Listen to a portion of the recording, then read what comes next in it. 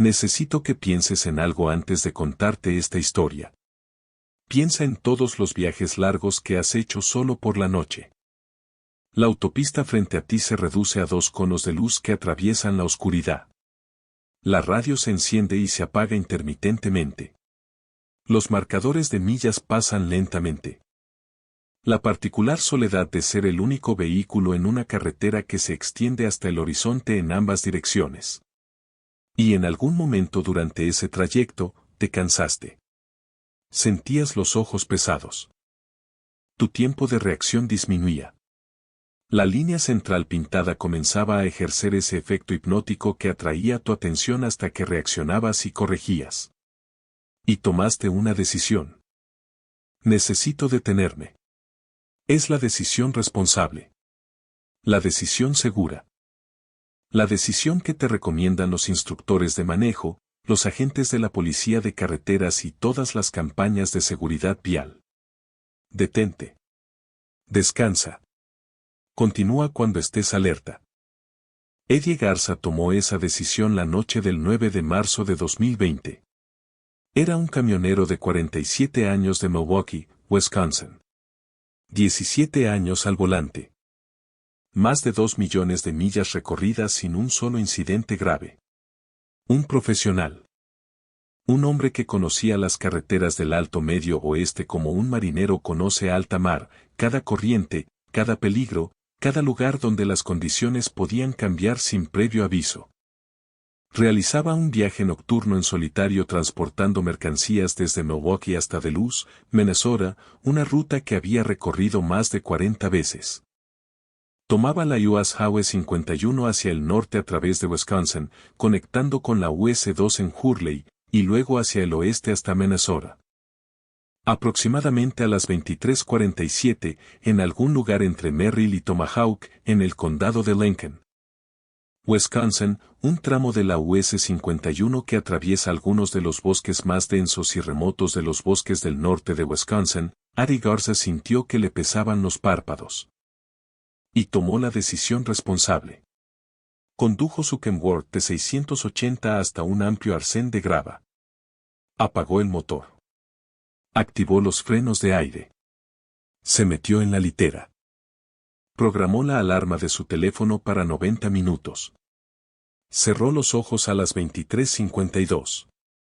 A las 12:34 de la madrugada, 42 minutos después, algo lo despertó.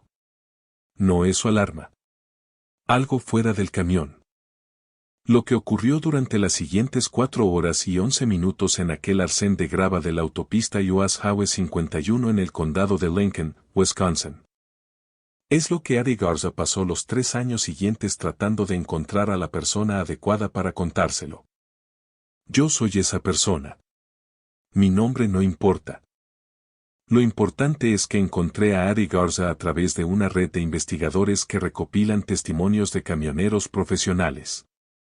Una comunidad que pasa más tiempo sola en carreteras remotas de Estados Unidos por la noche que casi cualquier otra profesión y que, en consecuencia, ha acumulado un conjunto de testimonios de encuentros que el público general desconoce casi por completo.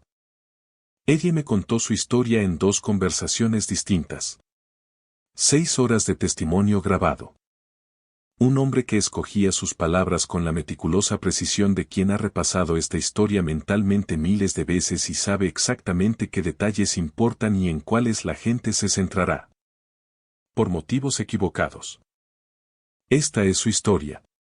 Exactamente como él me la contó. Y cuando termine, te lo prometo, nunca volverás a pensar en un área de descanso oscura de la carretera de la misma manera. 17 años, 2 millones de millas, una noche antes de que te sientes en esa litera con Eddie Garza a las 12:34 de la madrugada del 9 de marzo de 2020. Quiero que entiendas quién era Eddie Garza antes de esa noche. Porque la credibilidad de lo que vivió depende enteramente de comprender qué clase de hombre era. Y el tipo de hombre que era antes del 9 de marzo de 2020 no era alguien que se asustara fácilmente. No era alguien dado a la imaginación. La exageración o ese tipo particular de distorsión de la percepción alimentada por la soledad que puede producir la conducción de larga distancia en conductores menos experimentados.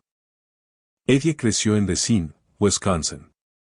De ascendencia mexicana y estadounidense de segunda generación, era hijo de un maquinista y una empleada de la cafetería de una escuela. Empezó a conducir profesionalmente a los 29 años, tras una década trabajando en la construcción. Me contó que cambió de trabajo porque la construcción en Wisconsin es una industria que solo se trabaja 6 meses al año y él tenía 2 hijos y una hipoteca.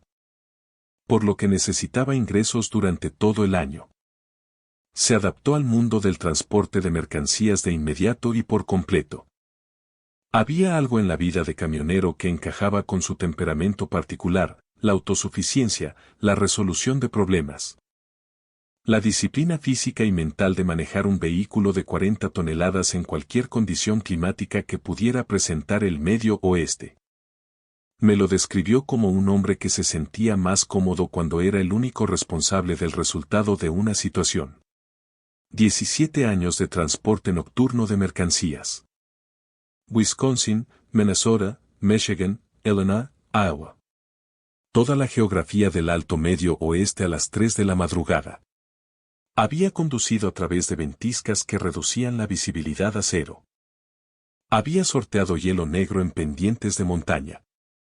Había lidiado con reventones de neumáticos a velocidad de autopista, fallas mecánicas en lugares remotos, colisiones con animales salvajes y cualquier otro peligro que la carretera pudiera presentar. Nunca le había dado miedo la oscuridad. Su esposa María, llevaban 23 años casados, me contó por separado que, en 17 años de trabajo como camionero nocturno, Ari nunca la había llamado desde la carretera porque tuviera miedo. Estresado, sí. Cansado, sí. Frustrado, sí. Nunca tuve miedo. Después del 9 de marzo de 2020, eso cambió. Me llamó a las 4:47 de la mañana. María me lo contó, nunca me había llamado desde la carretera tan temprano. Antes de contestar, supe que algo andaba mal. Su voz. Llevo 23 años con ese hombre. Conozco todas las versiones de su voz. Pero la voz que escuché en esa llamada era una que jamás había oído. Hizo una pausa. No me contó lo que había pasado. No en esa llamada. Solo dijo que estaba bien, que había vuelto a la carretera, que estaría en casa en 2 días. Y luego dijo, y esta es la parte en la que he pensado todos los días desde entonces, dijo, María, necesito que sepas que te quiero a ti y a los niños. Necesito decírtelo ahora mismo. Me miró fijamente. Los hombres que dicen eso a las 4:47 de la mañana después de una noche de juerga han visto algo que les hizo necesitar confirmar que las personas que aman siguen existiendo. Eso fue lo que significó esa llamada.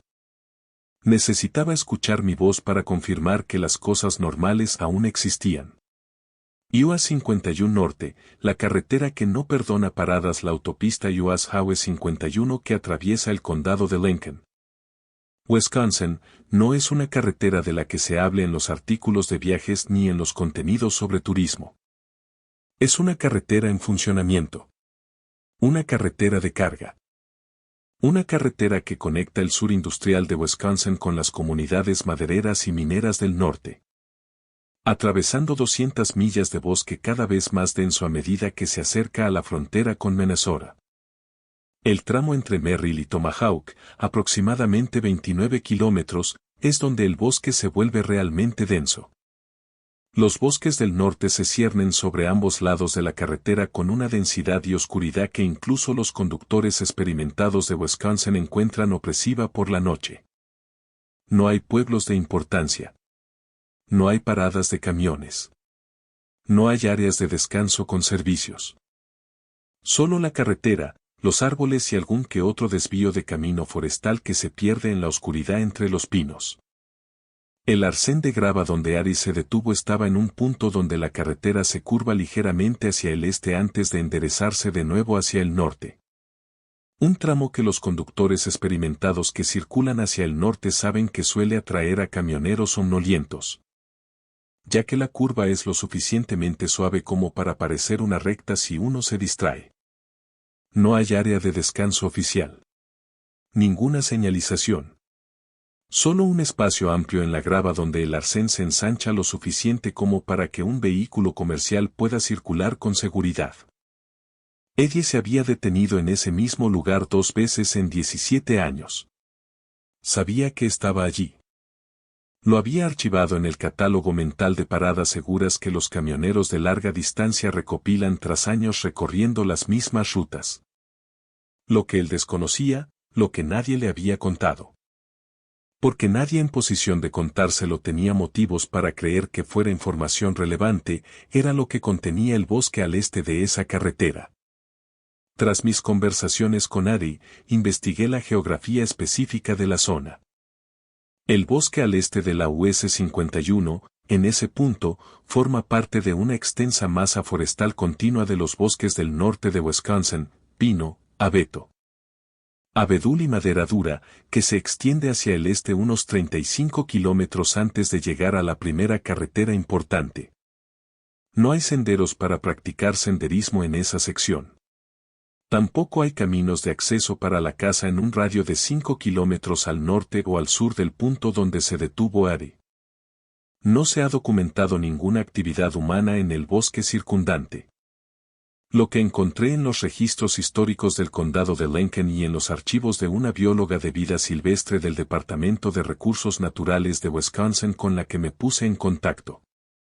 Una mujer llamada Dra.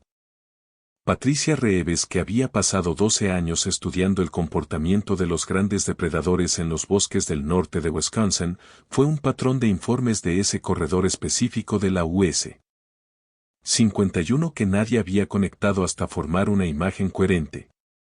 14 informes de incidentes distintos presentados ante el departamento del sheriff del condado de Lincoln entre 2004 y 2020. Todos ellos, procedentes de conductores, camioneros, personas que se desplazan de noche y un agente de la patrulla de carreteras. Describen encuentros con una figura grande y erguida en el arcén de la carretera o cerca de él en ese corredor de 18 millas. 14 informes. 16 años. Nunca se conectaron. Nunca se investigaron en conjunto. El informe del agente de la patrulla de carreteras, presentado en 2011, era el más detallado. Lo obtuve mediante una solicitud de acceso a registros públicos. El agente, Marcus Webb, un veterano con 9 años de servicio en la patrulla estatal de Wisconsin, no el mismo Marcus Webb de nuestra historia de Michigan, sino otro hombre. Circulaba en dirección norte por la US 51 aproximadamente a las 2:15 de la madrugada cuando la cámara de su vehículo captó algo que cruzaba la carretera delante de él. De pie. Cruzando desde la línea de árboles oeste hasta la línea de árboles este en 4 zancadas. A una velocidad que, según el informe del incidente, calculaba, basándose en la marca de tiempo de la cámara del salpicadero y el ancho del carril, era de aproximadamente 28 millas por hora. 28 millas por hora. Bípedo. 4 zancadas a través de una autopista de 4 carriles. El agente de patrulla se detuvo. Activó las luces de emergencia. Salió de su patrulla. Encontró huellas en la grava blanda del arcén en dirección este. Bípedas. Enormes. Las midió con su equipo reglamentario. En su informe consta que las huellas medían 16 pulgadas de largo. Volvió a subirse a su patrulla y condujo hacia el norte sin detenerse en ningún momento. Presentó el informe a la mañana siguiente y, según la doctora Reeves, quien obtuvo una copia mediante su propia investigación, recibió una llamada de sus supervisores esa misma tarde. Desconocía el contenido de la llamada. Sabía que el informe se había presentado y que, en la práctica, había quedado archivado, no se eliminó ni se destruyó. Simplemente se archivó en una categoría que garantizaba que nunca se cotejaría con ningún otro documento. Esta era la carretera en la que Eddie Garza se detuvo en el arcén de grava a las 23:52 del 9 de marzo de 2020. ¿Qué lo despertó? Eddie me describió el momento de despertar 2 veces, una en nuestra primera conversación y otra en la segunda, 3 semanas después. Ambas descripciones coincidían en cada detalle. La constancia de un hombre que ha revivido ese momento tantas veces que se ha convertido en una huella imborrable. Estaba en la litera. Acostado boca arriba. Completamente dormido, no la ligera cabeceo de alguien que no puede relajarse del todo, sino un sueño profundo y genuino, como el que experimenta un profesional físicamente exhausto al tumbarse. Algo lo despertó a las 12:34 de la madrugada. Ni un sonido. Al principio no. Primero la sensación. Lo describió como un cambio de presión. La forma específica en que el aire dentro del habitáculo de un vehículo cambia cuando algo con una masa considerable se acerca al exterior, la ligera compresión de la columna de aire. La disminución casi imperceptible del sonido ambiental proveniente del exterior a medida que un cuerpo grande lo absorbe y lo bloquea. Ya había experimentado esa sensación una vez en sus 17 años como camionero. Años atrás, durante una parada en Minnesota, un ciervo, un macho grande, se había acercado a su camión parado y había apoyado la cabeza contra la ventanilla del pasajero para investigar.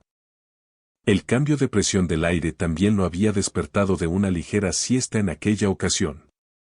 Era la misma sensación, pero de forma significativamente más pronunciada. Lo que fuera que había fuera de su camioneta no era un ciervo. Abrió los ojos. El taxi estaba oscuro. Por costumbre, mantenía la cabina completamente oscurecida para dormir durante el día. Se quedó quieto un momento, intentando averiguar dónde estaba, por qué lo habían detenido y cuál era la situación. Entonces lo oyó. Un sonido contra el lado del conductor del camión. No fue un golpe. Ni un rasguño. Fue algo que describió, tras reflexionar detenidamente durante nuestra conversación, como un apoyo. El sonido de algo que se coloca contra el exterior del camión con un contacto deliberado y controlado. Como una mano que se presiona firmemente contra el metal de la puerta de la cabina. La leve resonancia de la pared de la cabina que transmite el contacto. Se incorporó. Se trasladó del asiento del conductor al del conductor sin encender ninguna luz interior, puro instinto. El instinto de alguien que entiende que la luz dentro de un vehículo oscuro ilumina el interior y permite ver todo lo que hay fuera. Mientras que ciega al conductor y le impide ver todo lo que hay más allá del cristal. Se sentó en el asiento del conductor en la oscuridad y miró por las ventanas. Lo que vio en la ventanilla del lado del conductor detuvo todo pensamiento consciente en su cabeza. Un rostro. Mirando hacia adentro. No es humano. ¿Qué estaba pasando a las 12:34 de la mañana? Quiero ser preciso aquí porque la precisión importa. Eddie Garza no es un hombre que utilice un lenguaje dramático. No es un narrador nato, es un cronista de la experiencia, un hombre que registra lo sucedido con la misma meticulosidad con la que registra sus horas y kilómetros. Cuando le pedí que describiera lo que vio desde esa ventana, guardó silencio durante casi 30 segundos antes de hablar. Luego lo describió con la entonación plana y cuidadosa de un hombre que presta declaración. El rostro estaba en la ventanilla del lado del conductor. Su ventanilla. La ventanilla de la cabina de un Kenworth de 680 se encuentra aproximadamente a 7 pies del suelo cuando el camión está en terreno llano. En el arcén de grava de la US 51, en un terreno que se inclinaba muy ligeramente hacia la línea de árboles, calculó que su ventanilla estaba a entre 6 pies y 8 pulgadas y 7 pies del suelo. El rostro que se veía en esa ventana estaba aproximadamente al mismo nivel. Lo que significa que, a lo que fuera que estuviera sujeto, su cabeza se encontraba a una altura de entre 6 pies y medio y 7 pies del suelo.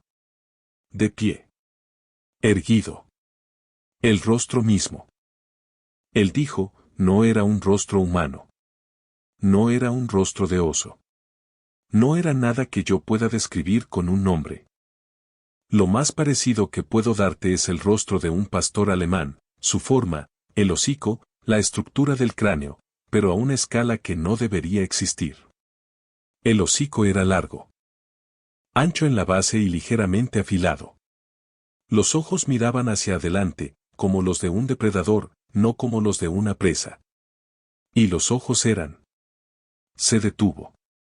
Los ojos son la parte a la que siempre vuelvo.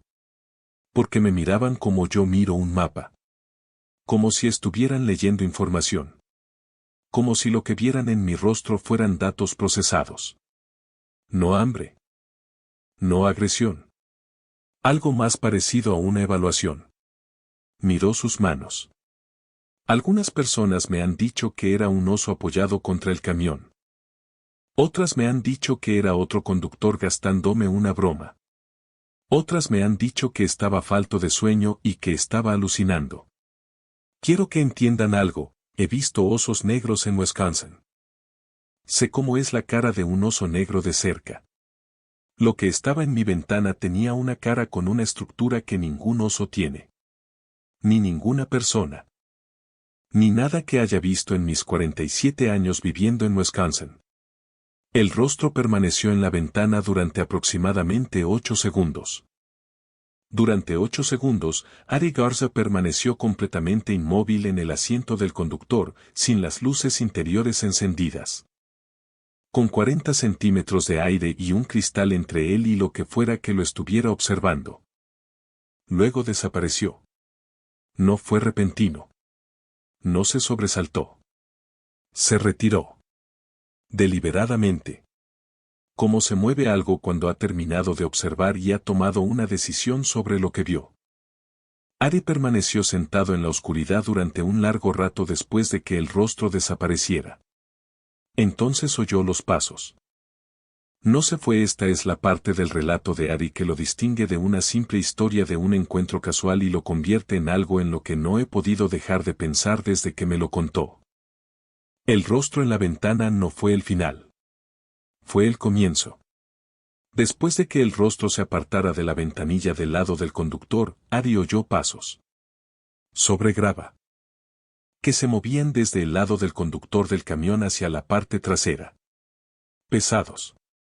Bípedos. El sonido inconfundible de algo caminando sobre grava suelta con bastante peso, no el correteo de un animal, sino la compresión deliberada y rítmica de pasos bípedos. Los escalones iban hacia la parte trasera del camión. Se detuvo. Silencio durante aproximadamente 2 minutos. Luego, de nuevo se oyen pasos. Ahora se mueven por el lado del pasajero. Hacia el frente. Los localizó guiándose por el sonido, la grava transmitía claramente el peso en el aire silencioso de la noche. Los escalones terminaban en la esquina delantera del lado del pasajero. Cerca de la puerta del pasajero. Silencio. Entonces, y la voz de Ari cambió al contarme esto, volviéndose más baja y controlada, se oyó un golpe contra la puerta del pasajero. El mismo golpe que había oído contra la puerta del conductor. Algo presionado contra el metal. Ahora estamos al otro lado. Había rodeado el camión y estaba presionando contra la puerta opuesta.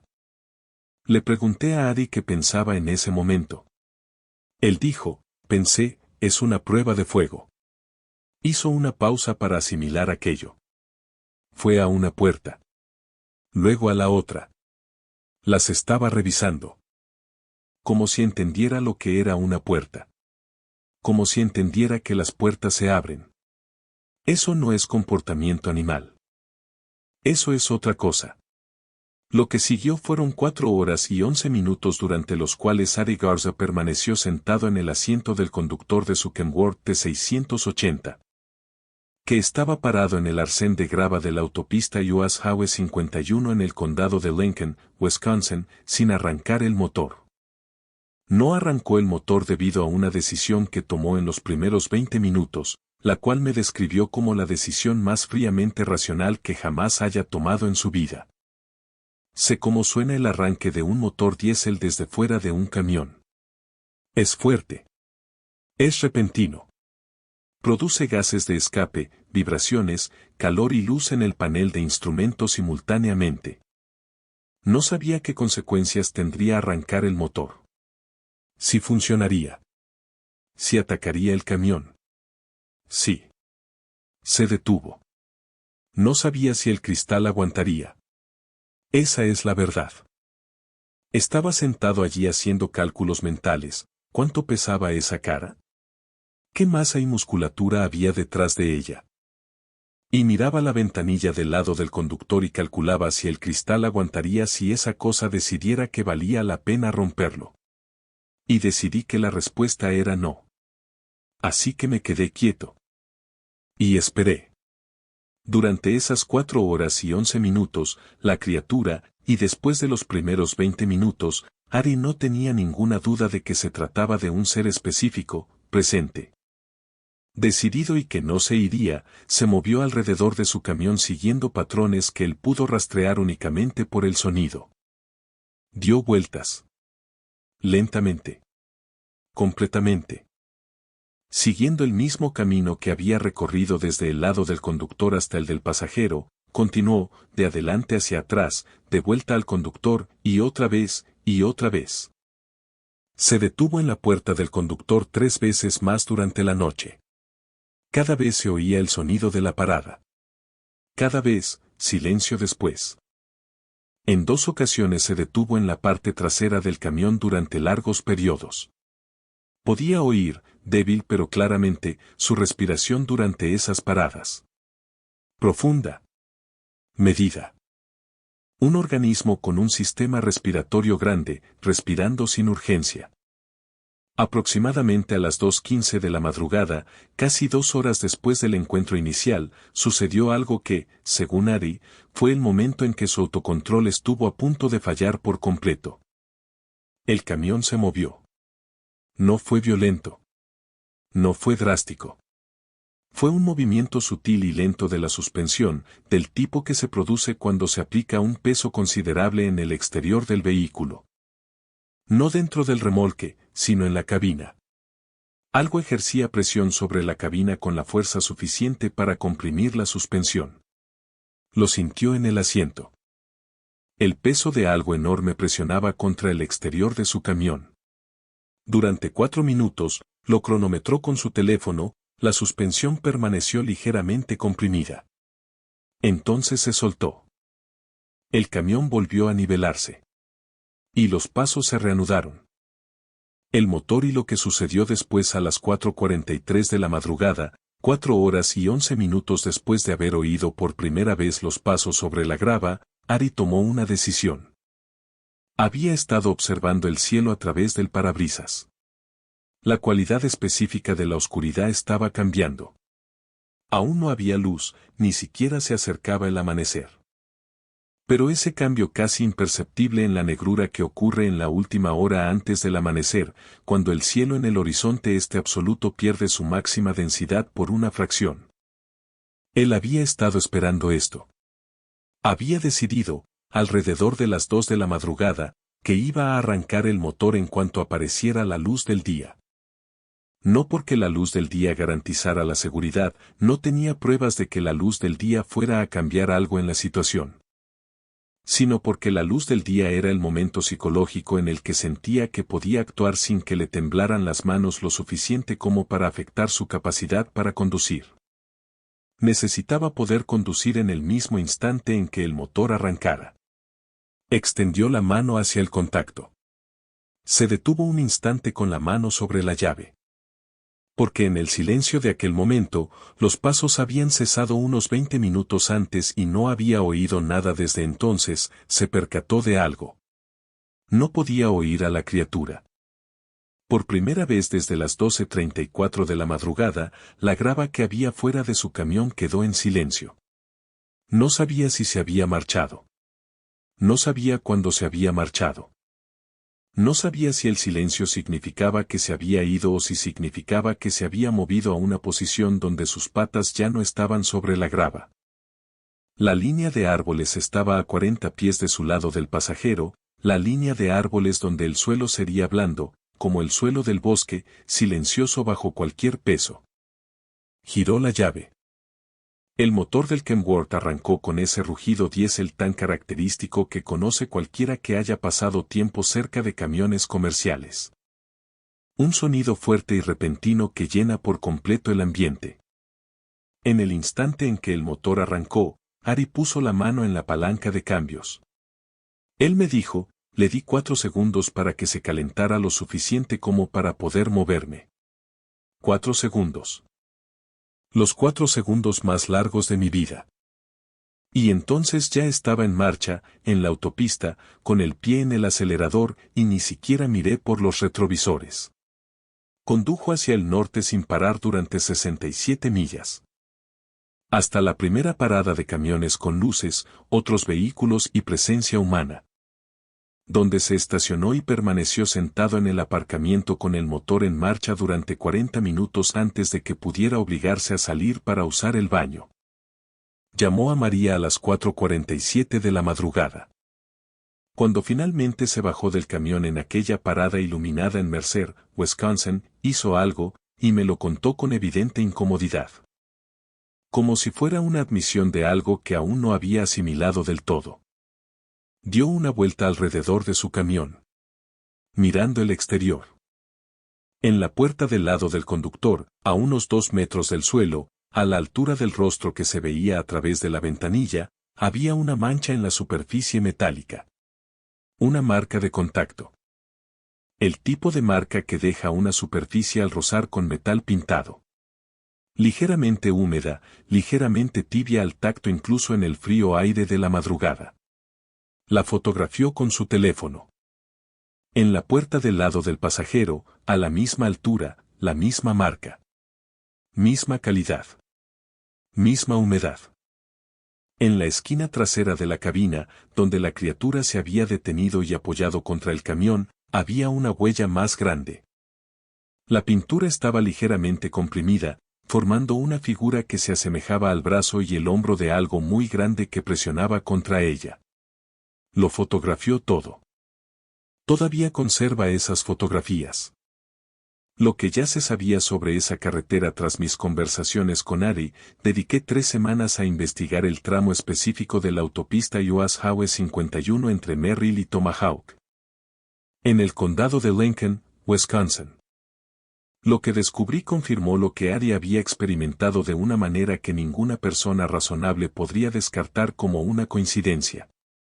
Los 14 informes de incidentes del departamento del sheriff que mencioné anteriormente los obtuve mediante solicitudes de acceso a registros públicos presentadas ante el condado de Lincoln y la Patrulla Estatal de Wisconsin. Leerlos de forma secuencial y cronológica fue una de las experiencias de investigación más perturbadoras de mi carrera. Porque el patrón era innegable. Todos los informes describían encuentros dentro del mismo tramo de aproximadamente 6 millas de la carretera. Todos los informes describían algo grande y bípedo. Todos los informes provenían de conductores, personas que transitaban por el corredor, no residentes ni visitantes habituales. Personas que no tenían motivos para haber escuchado informes previos y que no contaban con una comunidad de experiencias compartidas de la cual nutrirse. Y sin embargo, las descripciones coincidían. Altura, reportada consistentemente entre 7 y 8 pies. Marcha bípeda. Coloración oscura. Ojos orientados hacia adelante con un brillo ocular significativo bajo los faros. La forma específica en que se movía, descrita de diversas maneras como con propósito, deliberado, sin prisas, por testigos que nunca habían hablado entre sí. La doctora Patricia Reeves, bióloga especializada en vida silvestre del Departamento de Recursos Naturales de Wisconsin. Accedió a hablar conmigo con la condición de que no revelara su nombre completo ni su afiliación específica de investigación en este documental. Había dedicado 12 años al estudio de la ecología de los grandes depredadores en los bosques del norte de Wisconsin. Había presenciado el encuentro de Ari, le envié un resumen, y lo había comparado con otros 3 relatos de sus archivos de investigación personales sobre la misma zona. Ella me dijo, soy científico. Mi marco profesional se basa en evidencia documentada y revisada por pares. No puedo afirmar oficialmente que lo que estas personas encontraron sea un organismo biológico real que exista fuera de la taxonomía actual. Lo que sí puedo decir es que la coherencia del comportamiento en estos relatos no es compatible con una identificación errónea conocida. Un oso no presiona su cara contra la ventana de un camión a 2 metros de altura. Un oso no prueba sistemáticamente ambas puertas de un vehículo. Un oso no comprime la suspensión de la cabina de un camión Kenworth apoyándose en ella. Los osos no hacen estas cosas porque no conciben las puertas ni los vehículos en esos términos.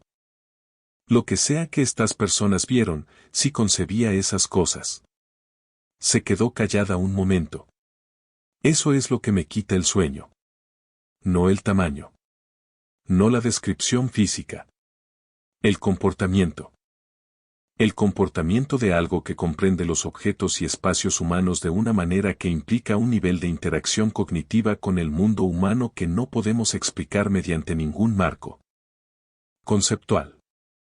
Intenté obtener, a través de mi solicitud de acceso a registros públicos, las imágenes de la cámara del vehículo del agente de la patrulla de carreteras.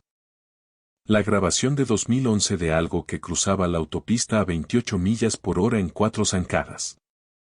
Me informaron de que la grabación de la cámara del salpicadero de ese incidente no estaba disponible. No borrado. No destruido. No disponible. Pedí que me aclararan la distinción. No recibí respuesta. 2 millones de millas y una noche que lo cambió todo. Hablé con Ari Garzo por última vez hace 6 semanas. Sigue conduciendo. Sigue transportando mercancías durante la noche en el Medio Oeste Superior. Sigue acumulando kilómetros con la misma disciplina profesional que tenía 17 años antes del 9 de marzo de 2020. Pero las cosas son diferentes. Ya no se detiene en la autopista US 51 entre Merrill y Tomahawk. Planifica sus paradas de descanso en ese corredor con la precisión de quien sabe exactamente dónde existe un peligro y diseña su ruta teniendo esto en cuenta. En los 2 años posteriores a marzo de 2020, les contó la historia a otros 3 camioneros, hombres de su confianza, con amplia experiencia en las mismas rutas. 2 de ellos, de forma independiente, le comentaron que habían oído hablar de ese tramo de la US 51. No se trataba de experiencias personales, sino del conocimiento informal acumulado en el sector del transporte por carretera, transmitido en paradas de camiones, estaciones de pesaje y por radio CB. Ese tramo de carretera tenía mala fama entre ciertos camioneros de larga distancia. Nada concreto. Nada documentado. Simplemente un consenso general, transmitido en voz baja y sin mayor explicación. De que el tramo entre Merrill y Tomahawk de la US 51 era una sección de carretera por la que no se debía parar después del anochecer. Eddie nunca había oído hablar de eso antes de marzo de 2020 porque en 17 años nunca había necesitado detenerse allí. Siempre había tenido suficiente combustible y suficientes horas para seguir adelante sin parar. La única vez que se detuvo, la decisión responsable, la decisión segura, la decisión que cualquier instructor de manejo elogiaría, la única vez que se orilló en el arcén de grava. Pasó 4 horas y 11 minutos en la oscuridad aprendiendo por qué los conductores experimentados seguían avanzando. En nuestra última conversación me dijo algo en lo que no he dejado de pensar desde entonces. Él dijo, ¿sabes en qué pienso más? No en la cara que se asoma por la ventana. Ni en el sonido de sus pasos sobre la grava. Ni siquiera en el camión que se mueve cuando se apoya en él. ¿Sabes en qué pienso más? Le pregunté qué. Pienso en que estuvo dando vueltas alrededor de mi camión durante 4 horas y 11 minutos y luego se fue. Decidió irse. Lo que sea que estuviera pensando durante esas 4 horas, cualquier evaluación que estuviera haciendo, cualquier proceso de decisión que estuviera teniendo lugar, al final. Eligió regresar a esos árboles. Y he pensado en cómo habría sido la otra opción. Un Kenworth de 680 pesa alrededor de 16.000 kilos vacío. Y yo estaba sentado en ese camión haciendo cálculos sobre si el cristal aguantaría. Así de asustado estaba. Un camión de 16.000 kilos y yo estaba ahí sentado calculando si el cristal aguantaría. Miró sus manos. Se fue porque quiso irse. Esa es la única explicación.